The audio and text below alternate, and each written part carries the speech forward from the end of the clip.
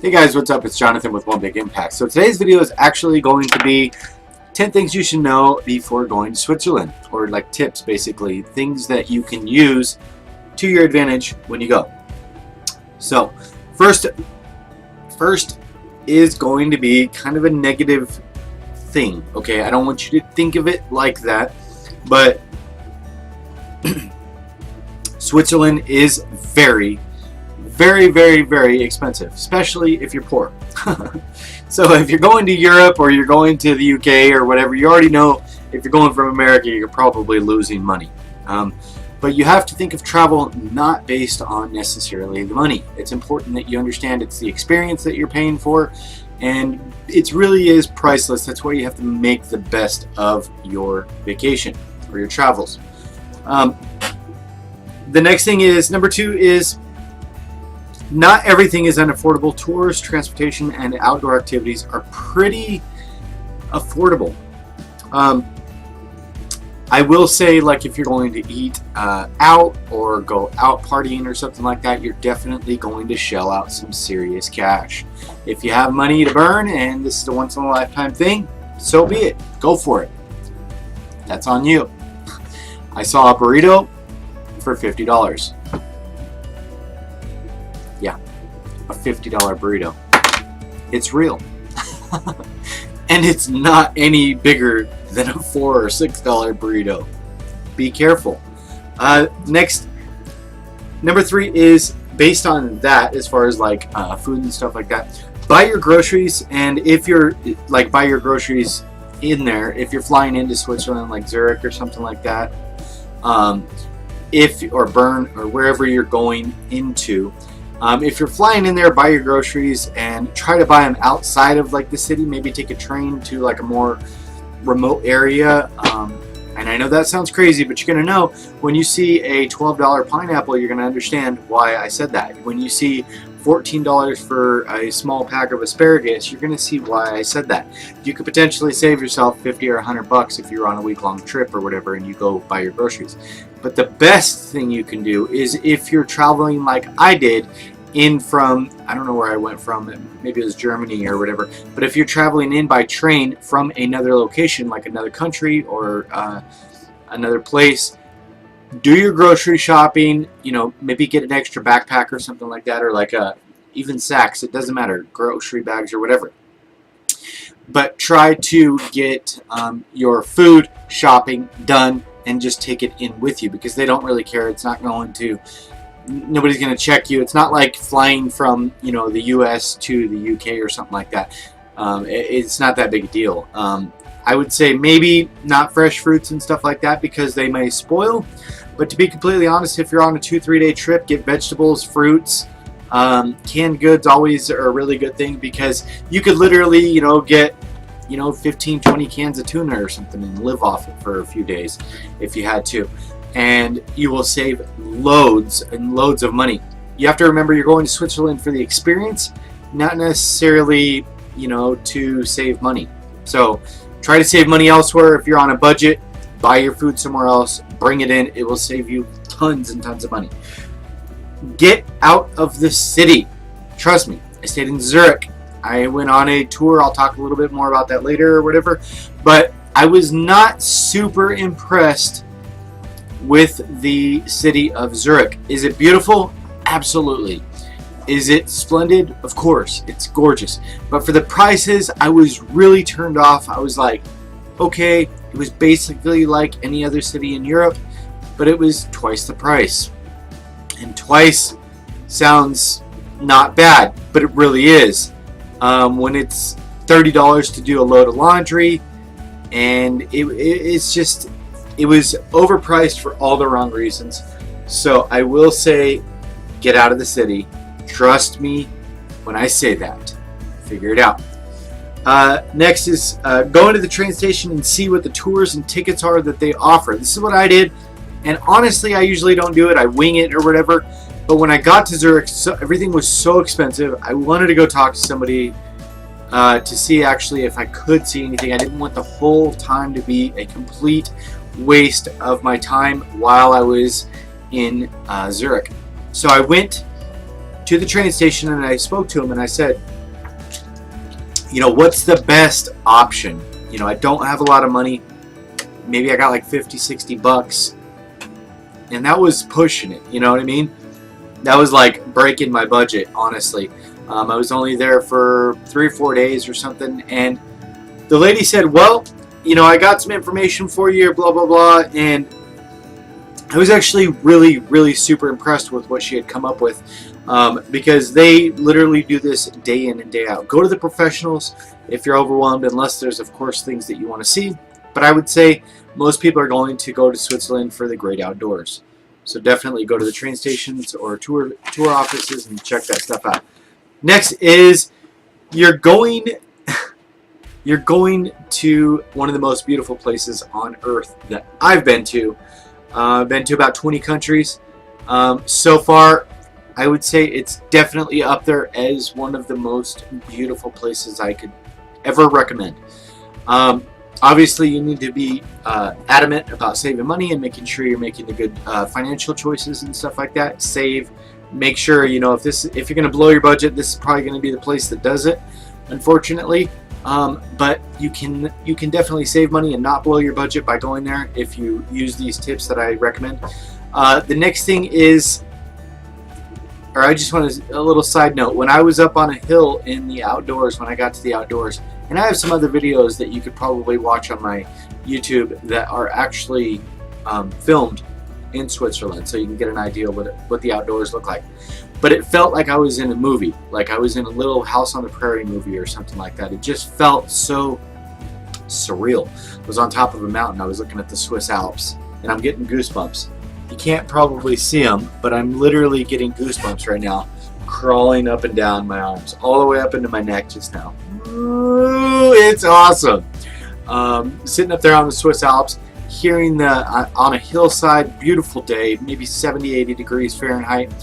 God, I got goosebumps all the way down to my toes right now. That is intense. That's how cool it is. And I was listening to the cowbells. The cows were actually walking around with those big Swiss bells that you would imagine, and you know, that's chiming in the background. And off in the distance, you can see the snowy Alps.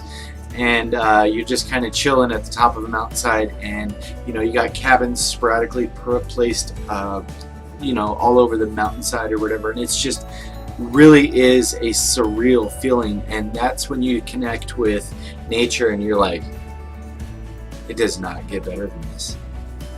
But it does. I'll tell you in just a second. Number 7 is stop stressing the cost. Like, if you're going to let travel be swayed by the cost of things, you might as well just stay home. Stop worrying about the money. Obviously, you need to make sure you have the money when you go, but stop worrying about the money. That is not the most important thing. Yes, it's one of the most expensive places I've ever been in my life, but it also didn't have to be. You know, I was there for 3-4 days, and I did not, by any means, I'm no pro. You know what I mean, by 3 or 4 days, but I learned a lot. I went through a lot. And I saw a lot while I was there. But do not ever go into travel with the mindset it's too expensive, because you'll never travel. If that's the way you feel, you're never going to leave your house. So get that out of your mind. It's really not the biggest deal. Next, number 8 is hostels are a great idea. Maybe I could tell you the hostel I stayed at, it sucked. It was in the heart of Zurich. Now, granted, I was thankful, okay? I'm not going to tell you some of the horror stories. Maybe I'll put it in the description below. It could have just been when I was there.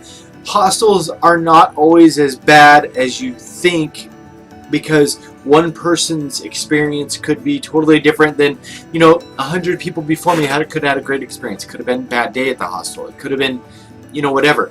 But I wasn't complaining. It was 20 bucks a night, place to rest my head.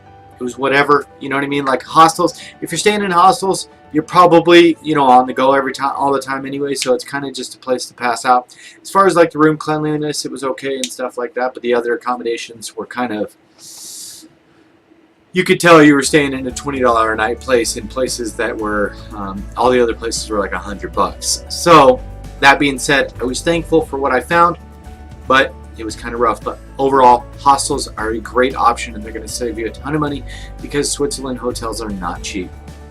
Number 9 is save. This is personal thing. If Switzerland is the place you're going to party or something like that, that's cool. So be it. But I would save your party nights, going out nights, clubbing nights, drinking nights for a different country. And I only say that because of the price of things. If things are, $7 to $10, $15 a drink, it's going to add up really quick. If that's the place that you want to do that, do it. I'm not trying to stop you. But if you're planning on, it's going to be affordable, I'm going to find drink specials and stuff like that, cut it off. You're not going to. It's not going to happen in Switzerland, at least not where the hell I went. I didn't even drink a single drop of alcohol, specifically because of that. I wouldn't even buy anything but water. I bought like a gallon of water, and I went pretty super low budget. And, excuse me, horrible. When I talk a lot, I think my brain lacks oxygen and I start yawning. So it's not that I'm tired. It's just that I'm talking so fast and trying to get a lot out, and I think my brain gets overworked or whatever. So just save your nights out for maybe like Germany or England or something like that. Somewhere where you actually will find some great specials. And if you're going to England, by the way, go to like Weatherspoons is a really good chain. It's kind of like the Walmart of bars. And you can find some amazing, you can find like 2 pitchers of cocktails for like $5 on happy hour and stuff like that. And trust me, although slightly watered down, you will get extremely tossed off of them regardless. Next thing is, number 10, and the final tip is go to Riggi Mountain if you're in Zurich and Lucerne, and I'm probably saying that wrong, Lucerne or Luzerne Lake, and go on the boat tour. So, like I said before, it does get better than being in the outdoors. The place that I described before was, I have to make sure that's not a kayak rental. No. The place that I went before was Riggi Mountain. Okay, it's quite a hike. So when I went to the train station, and this is just going to be something I did. When I went to the train station when I was in Zurich, the tour that she had me got me set up on was a little bit beyond my budget, but it was $50. Okay, she said, "Do you want to do this? It's a full day thing. I recommend it. It's really probably the best bang for your buck. It's $50." And honestly, after the transfer, it was like $60, $65 or whatever, and I was like. And she's like, "Trust me, just do it. Just do it." And she said it's going to take you a full day. You won't be home till late at night. Come back. You leave tomorrow at like 6 a.m. and you'll be back at like 9 p.m. And I'm like, you know what? I'm ready for adventure. Let's do it. So what it was I got a train ticket from Lucerne, like a regular train, from Zurich to whatever the base of Riggi Mountain was. I don't know, some beautiful little country town. They dropped me off there, and I had to walk about a half a mile up a hill, which wasn't that bad. It was whatever. There's a group of people or whatever to follow and stuff like that. And there's plenty of signs. You go up to this other train, okay, and you get this train ticket. And this is a mountain train, totally different company. And this is a mountain train, like, I almost want to start tearing up because it's something like you would see out of a movies. This thing actually climbs. It's a very slow train, but it actually climbs. The windows fold down. It's all wood grain on the inside. It's like a beautiful, picturesque, something that you would think that just plucked out of a movie of like the 1940s or 50s. And, it was like baby boomer time or whatever. And it was just beautiful, encrusted like gold. It was just great experience. They put you on this little caboose train or whatever. It's only like 3 or 4 cars long, and it clicks up the mountain, and you're on a steep incline, but it's going so slow. If the thing I kept wondering, what if it breaks free? It's going to shoot back down, but it's you're so close to the outside, you're going so slow. If it did, you could just jump out the window. I was all prepared and stuff for absolutely no reason. But it's just clicking, click, click, click, click, click, click, click, click up these mountainsides, and just the views are mind exploding. Like, you will not see things like this anywhere else, I promise you. Like, it's beyond what your imagination could even come up with. Like, it's just jaw-dropping. Like, you don't even...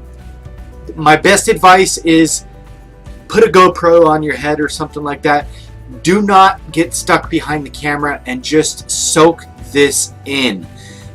Do not sit there taking pictures 24/7. Just maybe wear something that's, you know, like a video camera or something like that, so you can stop and take it in, soak in what you're seeing, because it is not something that you're going to see every day. Like, you will hear, like, it's breathtaking. Like, you're going to hear that on that train, or it's going to be you saying that, because that's what I was doing. Like, and everybody was doing it.